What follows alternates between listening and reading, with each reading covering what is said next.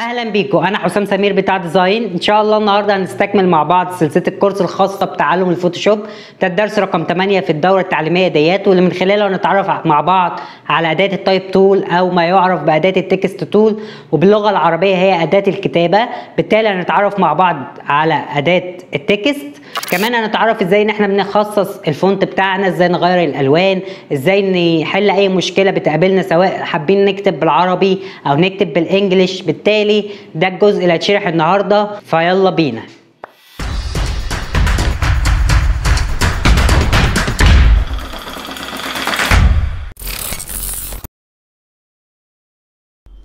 خلونا ننتقل للجزء العملي بتاع حلقه النهارده، واللي من خلاله نتعرف مع بعض على اداه التايب تول او اداه الكتابه. زي ما قلت لك انا كنت شرحت في حلقات السابقه ليارات ونظام الطبقات وازاي ان انت بتخصصها. شرحت لك اداه الريكتنجل والخصائص بتاعتها واداه المحاذاه. فبالتالي الفيديوهات ديت مهم جدا ان انت تكون اتفرجت عليها. سيبها لك تحت في وصف الفيديو بحيث ان انت تكون ماشي معايا بالتوازي في المعلومات. احنا النهارده بنتكلم عن اداه التايب تول او اداه الكتابه، وهي الاداه التاليه. لو جيت وقفت عليها هتلاحظ ان البرنامج بيدي لك اسمها تايب تول، وبيدي لك اختصار الكيبورد بتاعها، وهو في الحاله دي حرف التي. ولكن لو جيت دوست كليك على الاداه ديت هتلاحظ ان البرنامج الفوتوشوب بيدي لك عدد من الخيارات، وان الاداه ديت بتنقسم الى 4 اقسام. هنتعرف على كل قسم من دول بالتفصيل. لكن عايزك تلاحظ زي ما قلت لك ان انت عندك حاجه هنا اسمها شريط الخصائص. شريط الخصائص ده زي ما اتعودنا ان هو بيتغير بناء على الاداه اللي انا مختارها. وليكن انا لو رجعت اخترت اداه الريكتنجل واللي شرحتها في وقت سابق، هتلاحظ ان شريط الخصائص بتاعها مختلف عن شريط الخصائص بتاع التكست. بالتالي عايزك دايما تبقى فاهم ان اي اداه انت بتستخدمها في الفوتوشوب ليها شريط خصائص خاص بيها، هي ليها حاجات تحكم خاصه بيها هي. بالتالي النهارده هنشرح اداه التايب تول وهنختار اول نوع معانا. طيب انا لو حابب ان انا اكتب، ليكن انا هختار اللون الاسود. عايز انا اكتب في صفحة العمل بتاعتي. عشان اكتب في صفحة العمل بتاعتي عندي اوبشنين. الاوبشن الاولاني ان انا اجي وانا مختار اداة التايب تول واعمل كليك كده بحيث ان انا احدد للبرنامج منطقة انا عايز اكتب فيها ما يطلعش عنها. بالتالي هتلاحظ ان البرنامج بينزل لك التكست ده بشكل اوتوماتيك، تقدر تمسحه وتبتدي ان انت تكتب اي اسم انت عايزه. وليكن انا هكتب هنا اسمي حسام سمير. بالتالي بدأ يكتب معايا البرنامج، ولكن زي ما انت شايف الفونت او حجم الخط صغير. طب انا ابتدي اتحكم في الحاجات دي ازاي؟ عندك اوبشن، الاوبشن اللي فوق ان انت تبتدي ان انت كده تحدد على التكست بتاعك. عندك فوق في خيارات شريط الخصائص علامة التكست دي وجنبها رقم. الرقم ده كلما زدت فيه كلما بدأ تلاحظ ان الجملة بتاعتك بدأت تزيد او بدأ حجمها يختلف.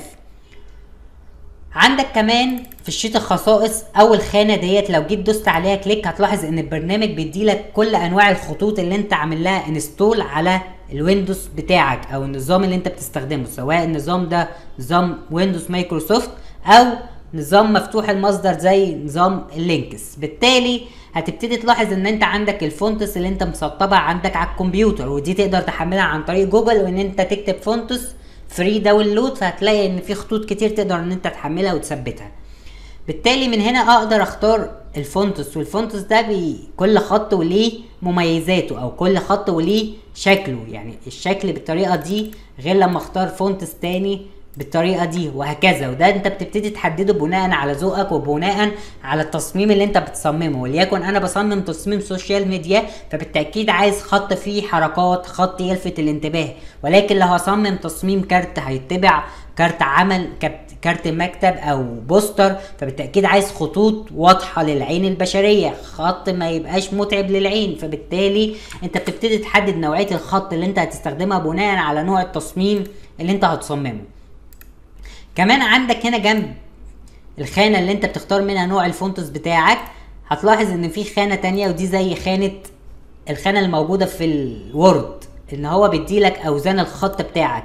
وليكن كل خط من دول هتلاحظ ان هو نازل باوبشنات معينه، او كل خط من اللي انت مسطبهم عندك على الكمبيوتر هتلاحظ ان هو نازل باوزان معينه. بالتالي ده بيتحدد بناء على نوع الفونتس اللي انت مختاره ومسطبه على الكمبيوتر، فبتلاحظ ان الاوزان بتاعته هنا ايه النوع بتاعها المتوفر.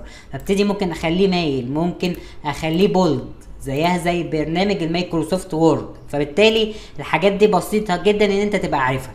طيب انا قلت لك في بدايه الكلام ان انت تقدر تكتب بالطريقتين. الطريقه الاولانيه ان انت زي ما انا قلت لك تيجي تحدد تعمل مستطيل كده وتبتدي تكتب فيه التكست بتاعك، والطريقه التانية ان انت تكتب حر. طب يعني ايه الكلام دوت؟ انا برضو مش فاهم. دلوقتي انا حددت للبرنامج ان انا عايز اكتب في المنطقه ديت، يعني عايز اكتب في داخل الاطار دوت. لاحظ لو انا هبتدي ازود في الكتابه بتاعتي ايه اللي هيحصل، وليكن انا هبتدي اعمل اي حاجه طول ما انا داخل الاطار دوت اللي انا حددته للبرنامج هيبتدي ان هو يكتب في المنطقه ديت بس. ولكن لاحظ لو انا هبتدي اكتب تاني انا كده بكتب بالفعل ولكن مفيش حاجه ظاهره. ليه؟ لان انا محدد للبرنامج اولك هنا اخرك هنا، ما تظهرليش اي حاجه تانية، ما تطلعليش اي كتابه بره المنطقه دي. ولكن لو جينا كبرنا لاحظ ايه اللي هيحصل، هتلاحظ ان الحروف اللي انا كتبتها وما كانتش ظاهره بدات تظهر. فمعناته ان الطريقه دي من خلالها اقدر ان انا اقول للبرنامج انا عايز اكتب في اطار معين او في منطقه معينه ما تتعدهاش، ما تخرجش عنها، ما تخرجش عن اطار المربع ده او التحديد اللي انا محدده لك ده. فده اول طريقه للكتابه. ولكن الطريقه دي احنا بنستخدمهاش كتير. اكتريتنا كمصممين جرافيك بيبتدي ان هو يستخدم الطريقه التاليه، وهي ايه؟ دي تاني طريقه اللي هي اختار نفس الاداه، ولكن المره دي مش هاجي احدد كده للكمبيوتر او اجي احدد كده لبرنامج الفوتوشوب واقول له انا عايز اكتب في الاطار ده. لا، ولكن بعد ما بختار الاداه بتاعتي ببتدي ان انا ادوس كليك في اي منطقه في صفحه العمل بتاعتي، كليك، مش بسحب واحدد له. فبالتالي لاحظ ايه الفرق؟ الفرق هنا ان انا اقدر اكتب بطريقه حره، اقدر اقول للبرنامج انا عايز اكتب مليون حاجه في كل المناطق دي. طول ما انا عمال اكتب عايزك تظهره لي مادام ان التكست بتاعي على قد صفحه العمل بتاعتي تقدر تظهره لي. فبالتالي ده الفرق ما بين انك تيجي تحدد للبرنامج اطار معين كده وابتدي اكتب فيه جمله والباقي ما يظهرش، فابتدي لازم اكبر عشان اشوف الاطار عشان اشوف بقيه التكست، او اني اقول للبرنامج انا والله عايز اكتب حر. فبالتالي دي حاجه مهم جدا ان انت تبقى عارفها. طيب عندي ايه تاني في شريط الخصائص ده يقدر يفيدني؟ عندك في شريط الخصائص ده حاجات خاصه زي حاجات اللي موجوده في برنامج المايكروسوفت وورد، ودي حاجات بيزك اي حد عارفها او اي حد ليه علاقه ملم بالكمبيوتر هيكون عارفها. وهي زي ليكن مثلا انا هبتدي اكتب اسمي، وليكن هكتب اسم القناه.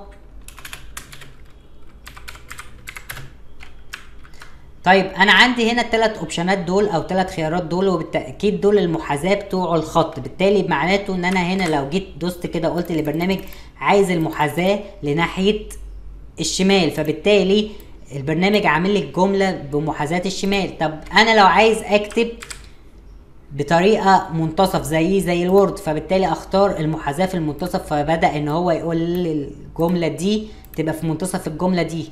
وكذلك نفس الامر في المحاذاه لناحيه اليمين، هيبتدي ان هو يجيب لك البدايه دي مع البدايه دي. فدي حاجات بيزك او حاجات ستاندر نورمال اي انسان عارفها. احنا عرفنا اول اداه معانا، ولكن خلونا نيجي ندوس كليك على الاداه. وزي ما اتفقنا الاداه هنا بتنقسم الى 4 مراحل. طيب المرحله الثانيه ايه؟ اللي هي الفيرتيكال تايب تول. طيب يعني ايه فيرتيكال تايب تول؟ هي الاداه الاولانيه، ولكن الفرق الوحيد هو ان انا لما هاجي ادوس كده ممكن ان انا ابتدي كل ما اكتب رقم البرنامج هيكتب لك بشكل افقي، يعني بشكل عمودي بالمنظر ده. فانا كتبت 1 2 3 6 تحت بعض خط مستقيم، بينما الاداه الاولانيه بتكتب زي ما انت شايف بطريقه رأسيه. فده الفرق ما بين الاداه الاولى والاداه الثانيه. طيب الاداه الثالثه عباره عن ايه؟ الاداه الثالثه اسمها vertical type mask. طيب دي بتعمل ايه الاداه ديت؟ الاداه ديت بكل بساطه ان انا لما باجي اكتب برضو هتلاقي البرنامج بيكتب لك بشكل افقي او بشكل عمودي، ولكن المرة دي لو انا جيت كتبت بالاداة ديت زي ما انا ملاحظ انا كتبت 1 2 3 6، ولو دوست انتر ايه اللي هيحصل؟ لاحظ كده لو انا سبت الاداة ما كتبليش، ولكن عمل لي بشكل الحروف اللي انا كتبتها سيلكت، او عمل لي عملية تحديد على شكل نفس الكلام اللي انا كتبت بيه كتابة. فبالتالي الاداة ديت بتستخدم في ايه؟ هقول لك انا دلوقتي بشكل عملي الاداة ديت بتستخدم في ايه. لو انا جيت وليكن عندي بعد هنيجي خلونا نرسم بأداة الريكتنجل تول كده مستطيل باللون الاسود، وخلونا اختار اللون الاصفر، وهاجي اختار نفس الاداة اللي هي فيرتيكال تايب ماسك، وهاجي ابتدي ان انا اكتب هنا وليكن هبتدي اكتب 1 2 3 4 زي ما اتفقنا، وهدوس اوكي. هتلاحظ ان البرنامج ما كتبش معاك، ولكن بالفعل عمل لي عملية تحديد او سيلكت واخده شكل الكتابة اللي انا كتبتها. طيب برضو ايه الاستخدام بتاعها؟ الاستخدام بتاعها اللي انت ممكن تعمل بعض التأثيرات بأداة زي دي. زي ايه مثلا؟ زي مثلا لو انا عامل عملية سيلكت زي دي على شكل الحروف، وجيت بأداة البراش تول ومختار مثلا وليكن اللون الاصفر دوت، وجيت قلت للبرنامج انا عايز بأداة البراش تول دي اكبرها مثلا الحجم دوت بحيث ان هي تبقى حجم متوسط، وهاجي ادوس كليكايه. بعد كده اخفي التحديد بتاعي عن طريق الكنترول زائد حرف الدي، ودي حاجات هنشرحها قدام. لاحظ ايه اللي حصل؟ هو كتب لي بالفعل، ولكن المره دي انا ما خدتش كتابه، انا عملت شكل الكتابه باداه البراش تول او اداه الفرشه، بالتالي اداني الارقام، ولكن انا خدت افكت، خدت تاثير هنا. لاحظ ان انا قلت للبرش ركز لي اللون في النص وخليه خفيف على الاطراف، فبالتالي ده استخدام لاستخدامات الفيرتيكال تايب، ان هو اقول لك اكتب لي الحاجه دي انا مش عايزها تبقى ظاهره بالفعل، ولكن عايزها تبقى محدده، او اداه سيلكت اقدر داخل السيلكت ده او داخل التحديد ده ان انا اضيف المؤثر او اضيف التأثير بتاعي اللي انا حابب استخدمه اثناء ما انا بصمم. بالتالي ده استخدام للأداة. طيب رابع أداة معانا وهي نفس الأداة ولكن بنفس الفكرة، هيكتب معاك ولكن بشكل مرة تانية رأسي، ولكن هندوس انتر المرة دي هياها ولكن بشكل رأسي، وعمل لك تحديد للتكست بتاعك. اذا نفس الأداة. اذا احنا عندنا اداتين بتكتب بطريقه عاديه. الاداه الاولى وهي الطريقه الرأسيه، والاداه الثانيه هي الطريقه العموديه. بنفس الكيفيه عندي البرنامج بيوفر لي كمان 2 اداه، واحد فيرتيكال والتاني رأسي، ولكن دول ما بيكتبوش، ولكن بيعملوا لي عمليه تحديد او سيلكت للفونت اللي انا بستخدمه وبكتب بيه الجمله بتاعتي زي ما احنا ملاحظين هنا اهو. طيب ايه تاني ممكن اتعلمه في اداه التكست تايب؟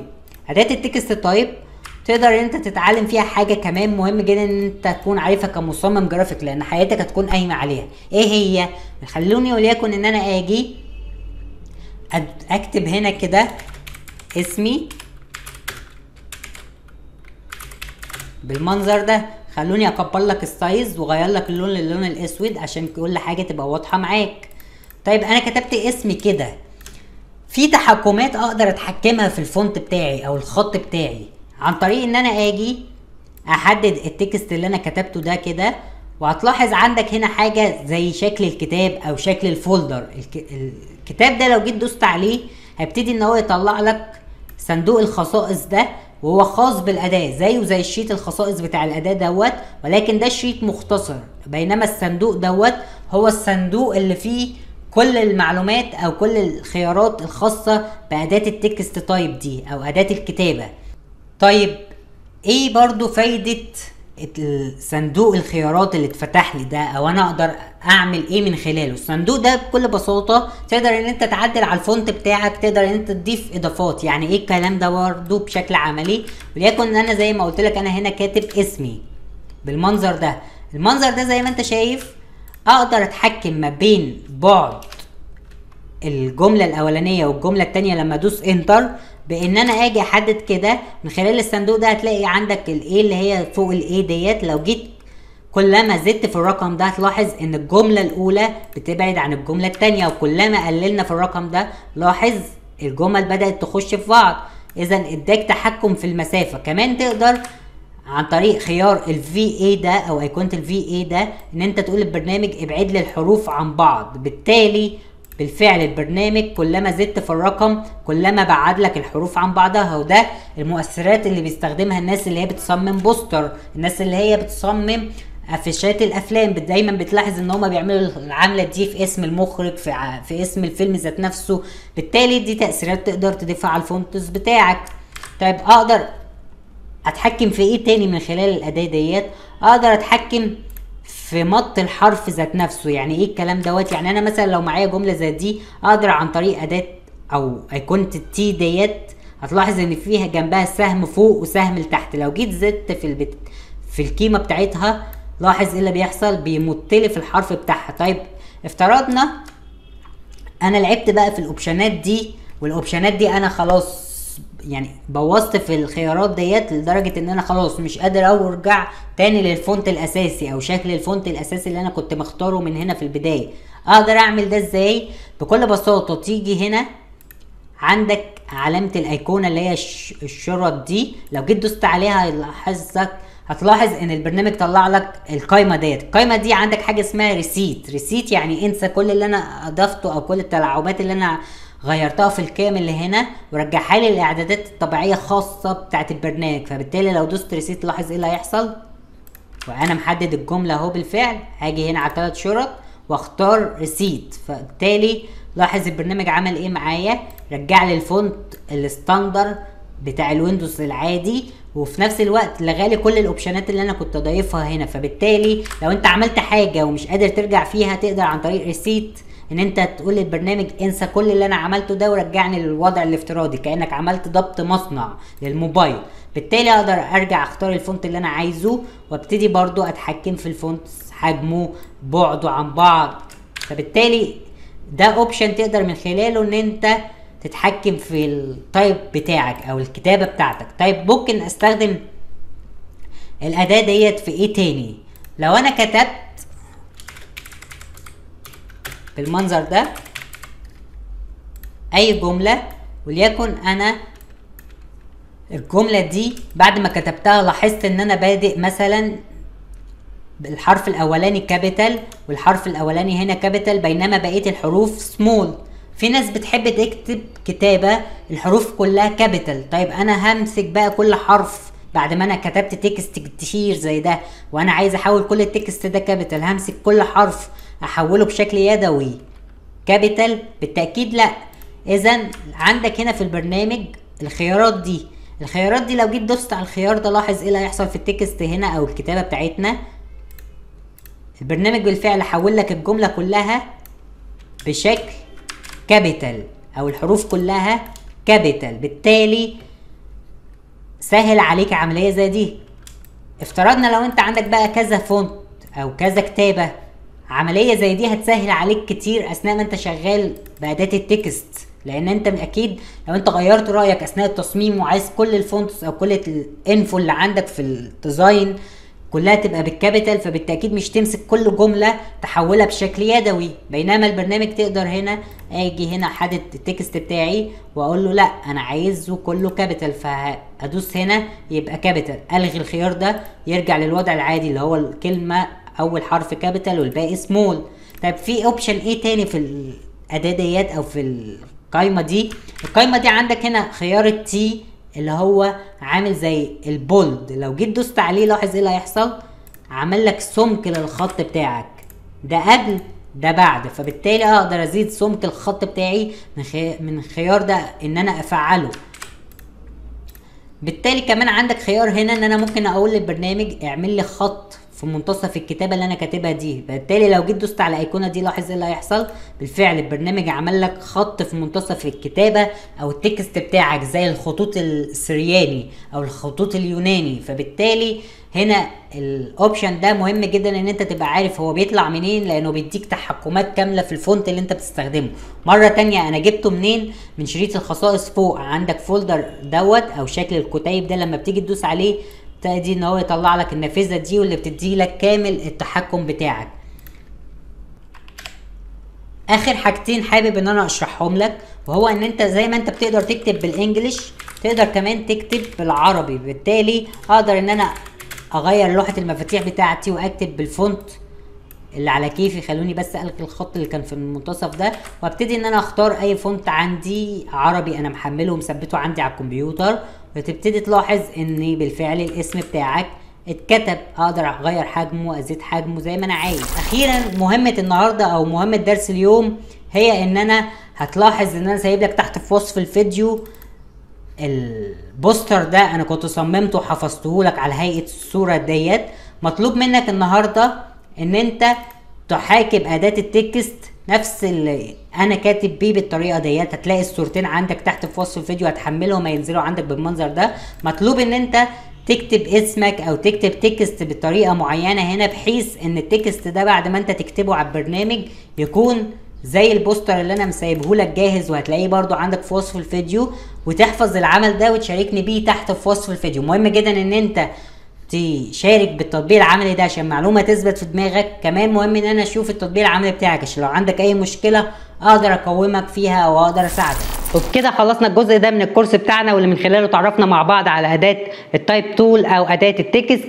كمان اتعرفنا على ازاي ان انت بتخصصها زي ما انت عايز كالمحترفين. ما شرحتلكش الاداه بس باسلوب بيزك، ولكن شرحت لك كل حاجه تخص الاداه ديت، بحيث ان انت تقدر تطبق الاداه ديت او تستخدمها استخدام بروفيشنال. وده اللي بيفرق ما بيني وانا بشرح وما بين اي حد تاني، لان انا ببقى حابب الشيء اللي انا بقدمه لك، فبالتالي بحاول ان انا اوصل لك اكبر قدر من المعلومات وافضل قيمه من المعلومات. فبالتالي اتمنى ان الدرس يكون عجبك. اخيرا اتمنى ان انت ما تنساش ان انت تطبق المهمه اللي طلبت منك، وهي ان انت تحاكي البوستر اللي انا وريته لك. كل الماتيريال اللي استخدمتها النهارده هتلاقيها تحت في وصف الفيديو، تقدر تحملها. كمان اتمنى لو الفيديو ده عجبك ان انت ما تنساش ان انت تدعمه تحت بلايك، وتقول لي رايك في الكومنتات، لان مهم جدا ان انا اعرف رايك عشان اقدر اطور من محتوى القناه.